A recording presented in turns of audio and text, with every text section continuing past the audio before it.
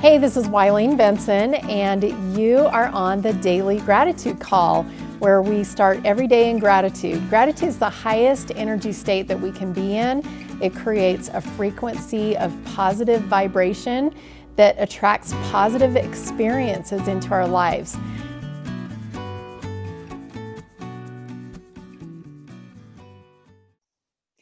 Hey everybody, this is Wileen Benson. This is our Daily Gratitude Call. And today's call is going to be just a little bit different. I have had a subject that has been on my mind a lot lately, the subject of charity. And I've got some just some really important insights that I thought would be really great to share in this space.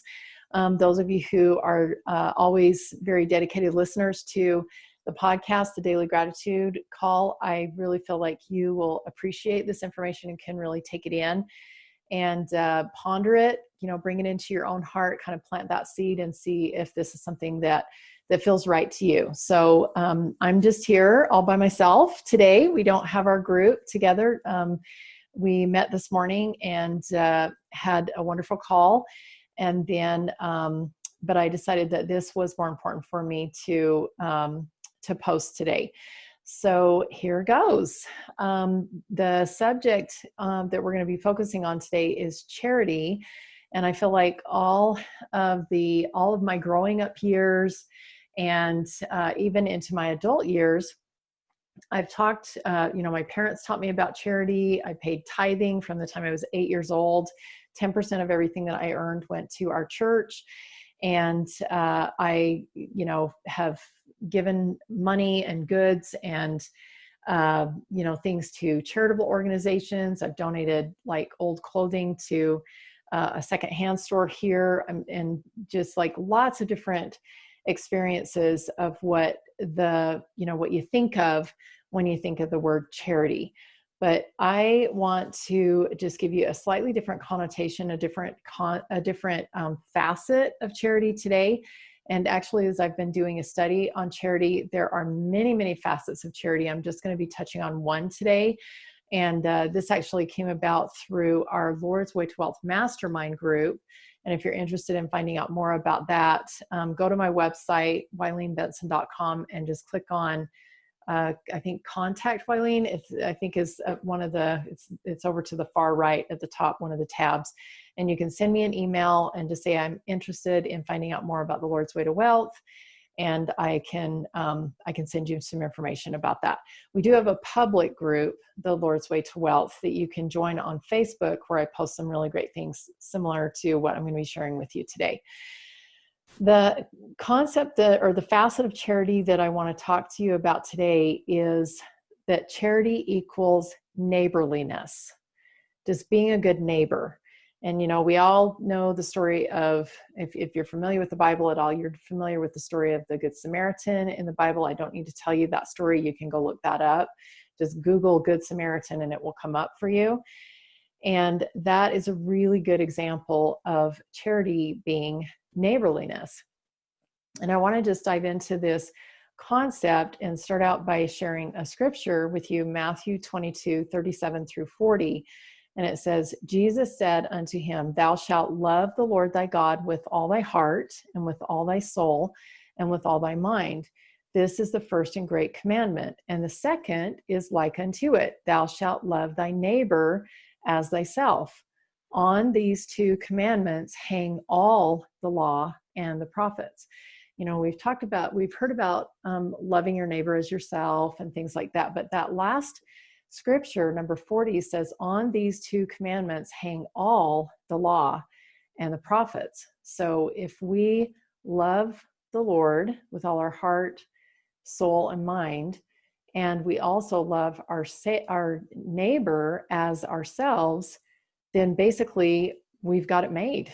Every commandment hangs underneath both of these laws. And then 1 Peter 4:8 says, and above all things have fervent charity among yourselves, for charity shall cover the multitude of sins. So kind of bringing those two together, if these two commandments, love the Lord and love your neighbor, are cover all the commandments. We know that basically the commandments, if we follow the commandments, I mean, if we don't follow the commandments, that's where sin is introduced. So if we have charity, that shall cover the multitude of sins. It doesn't say charity will cover a multitude of sins. It says charity covers the multitude of sins. So if you have charity with your neighbor, and if you have charity with God, then basically you are covered. It covers all the sins. So just wanted to start out with that to help you understand from the scriptures how important this idea is to be neighborly, and also how important it is to be charitable, and that they're somehow connected, because one of the commandments, one of the, there's only two commandments basically, and one of them is to love your neighbor. And if you have charity, then you're covered on both of those commandments. So just going to kind of, I wrote a bunch of stuff, and just to kind of keep me within the 30 minutes and to not get off on tangents and everything, I'm just basically going to read this. But if you have any questions or comments, as you're reading this, comment below, comment in with the blog post, or share, a comment in the podcast, or like I said, reach out to me, email me, and let me know what your thoughts are if you have any thoughts on this, because I'm always open to learning. And every day I'm doing my daily GPS, and I am aligning my beliefs with the highest truth that I know. And I know I'm not done yet. There's still more to learn. And this is what I'm sharing you today, is basically stuff that I've gotten over the past couple of weeks, actually, that I've been doing this study on charity. And so I'm super open to any thoughts that you have. I have been practicing this principle of neighborliness over the past, I would say, week. It's been really cool, because we've had some neighbors that were out of town. They're actually back in town now, but we were milking their goat. We were getting their eggs, feeding their animals. And they were gone for 2 weeks. So we did that, for 2 weeks. And my husband said, hey, don't pay us. We'll be able to get paid in the milk and the eggs. I mean, that is totally great. We just would love to be able to help. And they were able to go on their vacation, not even think about their animals the whole time that they were gone. And it was really fun for us. And we enjoyed having the abundance of milk and eggs that we were able to get from doing that. And another opportunity that I had to be neighborly was when we had this overabundance of milk and eggs. We've actually been able to use all the eggs, or we are using all the eggs, but we were getting like an overabundance of milk, and I'd made goat cheese, and I still need to try yogurt. I haven't made yogurt yet, but we still need to do that. But I knew that I had really more than I would be able to use. And if I had been really like trying to hoard this milk and make sure that I use it all up myself, because I wanted to, have all this abundance to myself, then probably some would end up have gone bad, or, whatever. I wouldn't have been able to use it all. And then at that point, when the milk has gone bad, then you can't give it away then. So I thought, I need to give some of this milk away while it's still really good. So I gave some to my sister-in-law that lives up the street, and I gave some to my next door neighbor. And this next door neighbor, we don't talk to him a lot. Our schedules kind of conflict, and we just seem to not really see each other very often. And so that was really an awesome experience to create some connection with that one neighbor that I don't really talk to very much. We're, on great speaking terms and everything, but we just, I'm sure you have neighbors that you just don't see very often. So it was really, really great, because when I gave that milk, I was actually in this mindset of charity and neighborliness, and kind of seeing, how do I feel about this? And at first, when I thought about giving that milk, I was like, oh, I don't know if I want to. It's still good. Like, I have room in my fridge for it. I know we could use it. If I could make cream pie, I could, make some cream soup. I could make some yogurt, make some goat cheese, whatever. I can do all this. But I thought, that's going to take a lot of my time. And also a lot of the stuff that I was thinking of making was high in sugar content and fat content. I was like, I might actually put on a few pounds if I try to eat all this, drink all this goat milk up and and eat all these things that I can make with goat's milk. And so instead of trying to hoard it all and possibly even pack on some pounds, and I'm actually going to be sharing a video a little bit later this week, specifically about that, I decided to give that milk and just kind of see how I felt about it. And like I said, at first it was like, I don't know if I want to give this because I actually can use it. But in giving it, I really felt that connection with the neighbor. And I also learned something else. As I was trying to give this milk to the neighbor, she was like even putting her hand up and she's like, oh, I don't want to, I'm sure you guys can use it. I don't want to take it from you or whatever. And she felt like I was like, she was taking from me instead of me just offering it and her receiving it graciously. She was like actually putting her hands up and, oh no. And at first I thought, well, maybe she doesn't like goat's milk or maybe she just won't use it or whatever. So I asked her, I was like, well, only if you'll use it, but totally. I mean, we've got like 2 gallons in our fridge. I mean, we really don't need this much. And so she finally did receive it and she was super grateful. And actually the next day she brought me over some raspberry jam. And so there was like this neighborly exchange that was really cool. So one of the things that I learned is I know I can't outgive God. Every time I give something, and especially if it's given with charity, because I mean, there's other scriptures that say if you don't have charity, you have nothing. But if you do have charity, like you have everything. So if I can give something with charity, then I know that that's going to come back to me. And I'm not giving it with any intention and that something's going to come back to me. I just know that that is the way that the world works, the way that God works. When you give in this neighborliness, then we always have enough. There's never a time that we're not going to have enough. But what I learned is that with her kind of putting her hands up and saying, oh no, we don't need it or whatever, 2 things. One is sometimes I found myself saying, all right, thanks God, got enough. And then I don't pray anymore until I really need something. So I get myself into a really needy place before I actually reach out and ask. And in the meantime, I'm just like, I'm putting my hand up and saying, nope, don't need anything, don't need anything, don't need anything. Oh, I need something. Please give it to me now. And I felt like, I don't know if that's really the best energy to go to God with. And the other thing I noticed was that our neighbors are, I have no idea how much money they make or how well off they are, but I know that they're not needy. I wouldn't put them in the category of needy, but I wanted to be charitable to them. And so going back to that original teaching of what charity is, and that, you give to people who are less fortunate than you. You donate to a foundation of people that can't do for themselves or whatever. And that it's almost like that's the only right, quote, right time to be charitable is if you're giving to someone who is worse off than you. And I learned from this experience that in charity being neighborliness, that is absolutely not true. That we constantly have opportunities to give to people who are possibly even more well off than we are, but we're giving in a way that they can't receive themselves. Like she doesn't have a goat, and so she wasn't able to get goat's milk herself, and I was able to offer my hand of fellowship, my hand of neighborliness in that way, and giving her something that she was more poor than me, if you want to put it that way, in goat's milk. So just kind of shifting the mindset a little bit about what is okay to give and who is okay to give to, and when is it okay to receive. Anyway, just some really great things to kind of plant those seeds in your heart and see, oh, okay, I'm going to see how this feels to me.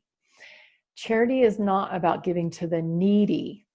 If we only give to the needy, it's like a judgment thing. It's like I'm judging that person is worse off than me, so I'm going to give to that person. And that is very ego state. That's, I'm okay, you're not okay. That's not a good place to be. So never does that question enter my mind, is this person worse off than me? Like, do I give this money to this person? Are they really that worse off than me? Me judging that person, I have no idea what their situation is. And I have no idea what they've been praying for.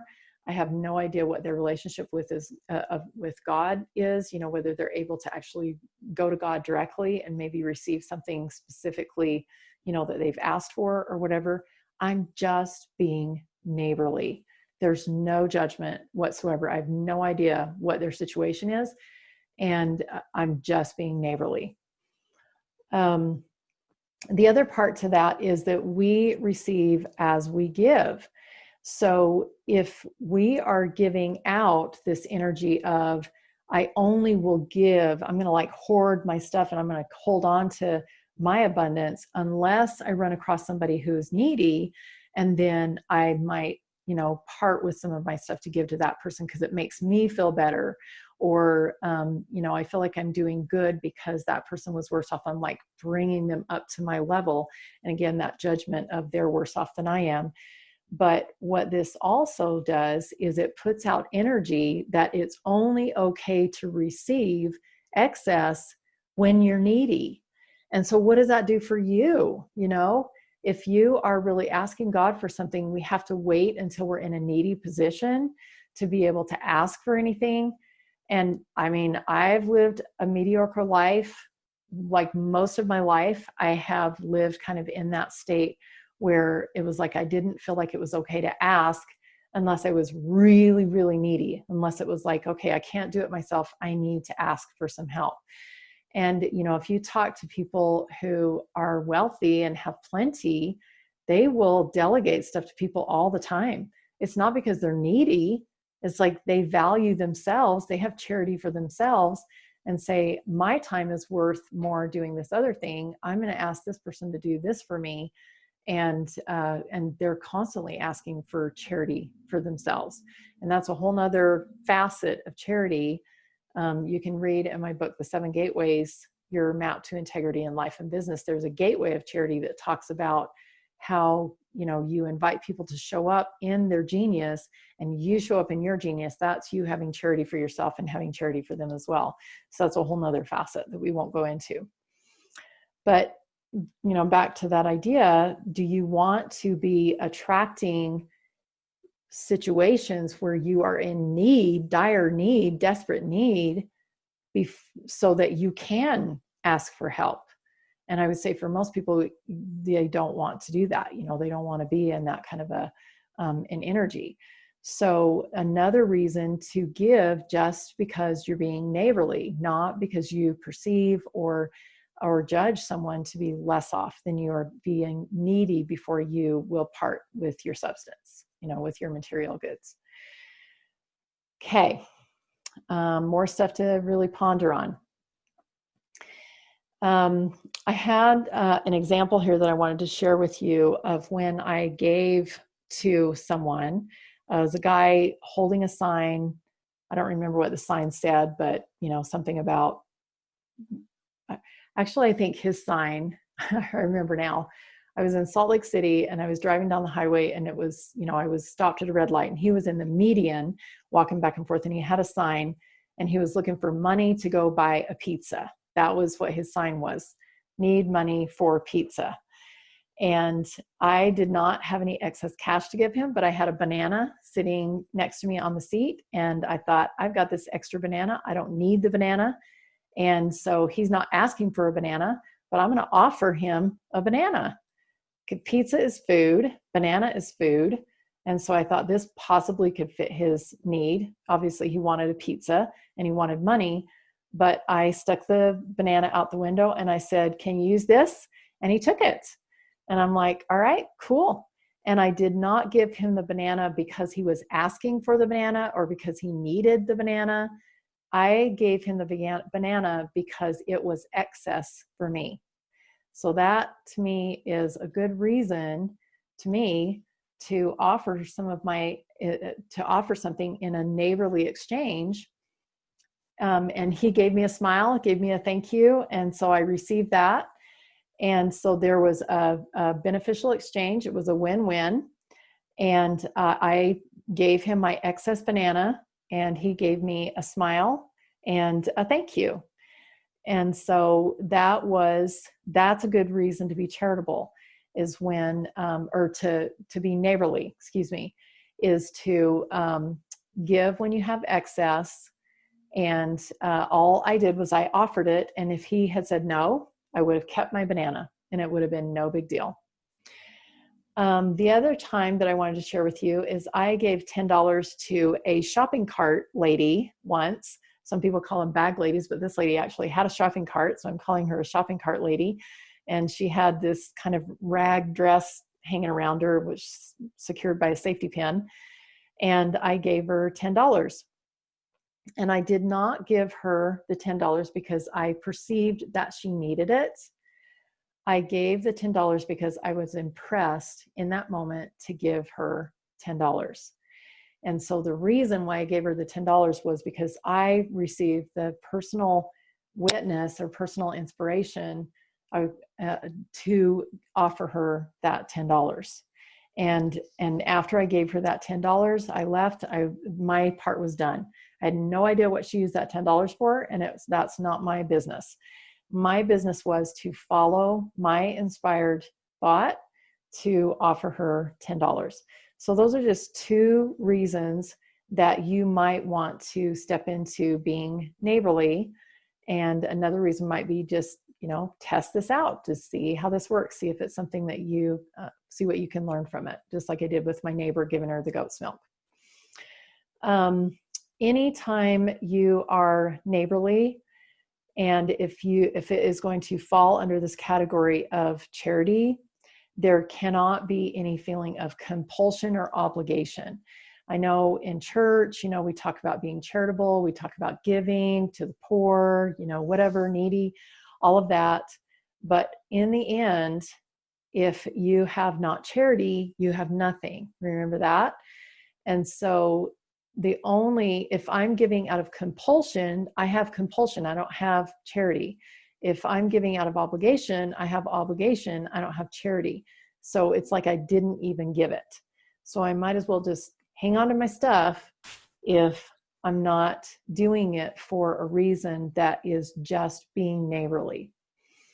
And I wrote here, if it's mine to give, I give it. And when I say mine, what I mean is if it's my place, if it's my inspired shortcut, if it's my excess, if I'm noticing, and if it's my place to be neighborly, if there's like a stewardship that I have or whatever, so that I feel like this is mine, this is my place, this is my opportunity, my responsibility, whatever. If it's mine, then I give it. But if it's a compulsion or an obligation, that's somebody else's. That's, somebody else giving me, saying I should or whatever, or it's a limiting belief saying, myself saying I should. And those are not based in charity. I want to just kind of shift a little bit to another concept that is one step above just like giving out of charity, neighborliness, compassion, feeling compassion on someone and giving out of that. And that is to always have your hand out. We talked about this. This was another thing that I've actually been sharing in some of my higher level groups, like the Lord's Way to Wealth group that I was talking about, mastermind that I was talking about. And this concept, this idea of handout. For many people, the word handout has a negative connotation. Like, I don't take handouts, or he's just looking for a handout, and there's like a negative connotation to that. But I've been looking at the connotations of this word differently lately. And what if someone who is seeking for a handout is really just seeking for a hand outstretched? Jesus talks about in the scriptures how he always has his hand outstretched, and they're looking for a way to pull themselves out. They're looking for a hand to kind of lift them up. And there's no way that we can really know if this really is the intention. So you really have to go to your own intuition to know who you get to serve. And maybe they don't know. Maybe they they're asking for money, but really they're seeking for a handout. They're looking for somebody to have their hand out that they can grab. And but I do know that this is true, that if someone is looking for a handout, an actual hand that they can use to pull themselves out, what they really are looking for, they may not even know it themselves, but what they're really looking for is Christ. And what they really need is Christ. Christ is a living water where you can go and never thirst or hunger again. He has all the answers to perpetual abundance. And when someone is looking for a handout, there's something that you can offer them that will make it easy to take your hand, but that might be there might be just like a baby step towards taking Christ's hand.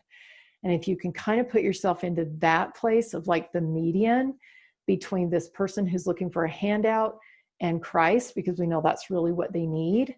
If you can put yourself in the place of being that hand that offers something, but that the feeling that they're receiving, the charity, the pure charity that you're offering it with, is a feeling of love that they can experience in that moment, in that critical moment when they're asking for a handout and you are actually offering something in true charity.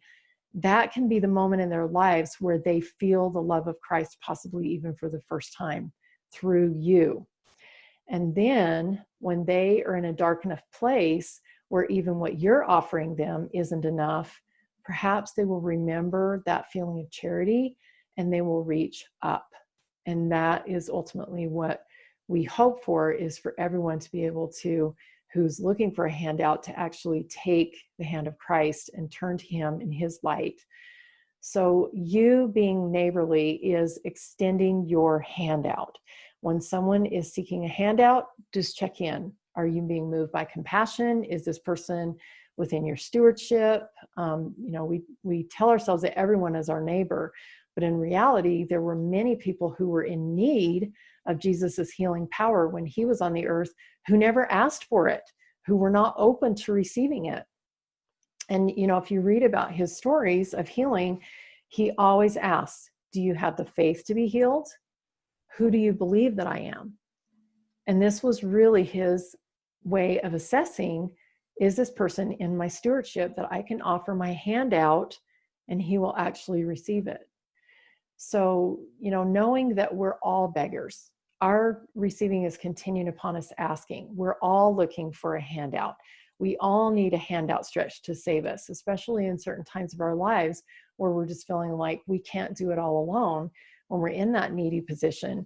But even after beyond need, when we're in a place where we're not needy anymore, I personally go to God every single day in my daily GPS and ask, what's next? What's my most important? What's the inspired shortcut today? What do I get to do? And I really do need Christ every single day. And so in reality, I am a beggar, just like a beggar on the street that is seeking for a handout. And, usually we think handout is like a material thing, but we all need Christ. And when I have Christ, I have everything. We're all heirs to all that the Father has. That's Romans 8:17. So having access to everything, we have everything. We don't need anything. We're not in a needy position because we already are heirs to everything that our Father has. But you can be the way to Christ for others through your charity, your neighborliness, and through you, they can find Christ. And then when they have Christ, your handout that you gave them is the means of them never thirsting and never hungering again. And the only way we'll know who those people are that we get to be neighbors to, be neighborly to, and offer our charity is by, again, going to Christ and asking. Again, we're beggars too. We need to go to him to receive everything, the inspiration that we need to know who we get to put our hand out to. So you only focus on extending your hand to those who are looking for a handout, and Christ will take care of the rest. And I do encourage you to watch me over the next few days in social media, because I've had a lot of inspiration on this, and I know I'm going to be sharing. I've already created one video. I know there's going to be some other things I'll be sharing. And I'm thinking that our masterclass this month is probably going to be something about this, because it's been so much on my mind lately. So just follow me, watch me, ask questions, reach out to me personally if you have any questions or whatever. And I would love, love, love to hear your thoughts on this. So as you listen to this, make sure you comment on it. Go to our Facebook group, The Lord's Way to Wealth, the public Facebook group. Join us there and share any thoughts that you have there about charity, about neighborliness, about putting your hand out, about the way that your mind has shifted on handouts, or whatever, anything else that you have learned. And, I've had people ask me if charity means love, because I know in some versions of the Bible, where they've changed the Bible to read more like today's language, they replace the word charity with love. And I think that's really not, it doesn't serve me to just think that charity means love, because there are a lot of facets to love as well, but there's so many different facets to charity that I'm learning. And if you can kind of think of charity as neighborliness, that even that encompasses more than just the word love. But I can only know which of our neighbors is ready for me to put my hand out in charity by listening to the Holy Spirit to guide me. And I think that is a huge part of charity, and really the only way that we can know where to put our charity, and how to offer that. Well, thank you so much for joining me today. Like I said, I'm really looking forward to any comments that you have, and to reach out to me. I'm just super excited for what I've been learning. It's totally given me some new perspective on this concept of charity. And it's also helped me to gain a better understanding of Christ and his ministry, and my relationship to Christ and to my Father in heaven, and has helped me to be more confident in going to my Father in heaven and asking for things and actually receiving them. There's charity that he has available to me that I, in the past, have maybe not been open to. And I'm just super grateful that I'm more open to those gifts and blessings that he has available to all of us. So love you guys. Look forward to being back together tomorrow morning, 7 a.m. Mountain Time. And we'll be back on our regular format tomorrow. And just, again, would love to hear your comments. So thanks again. Hey, thanks so much for listening. And I encourage you to tune in every day to the Daily Gratitude Call. And the Daily Gratitude Call happens live every weekday morning. I'd love to have you join. So to find out how to join live, go to my website, WileenBenson.com. Thanks for tuning in.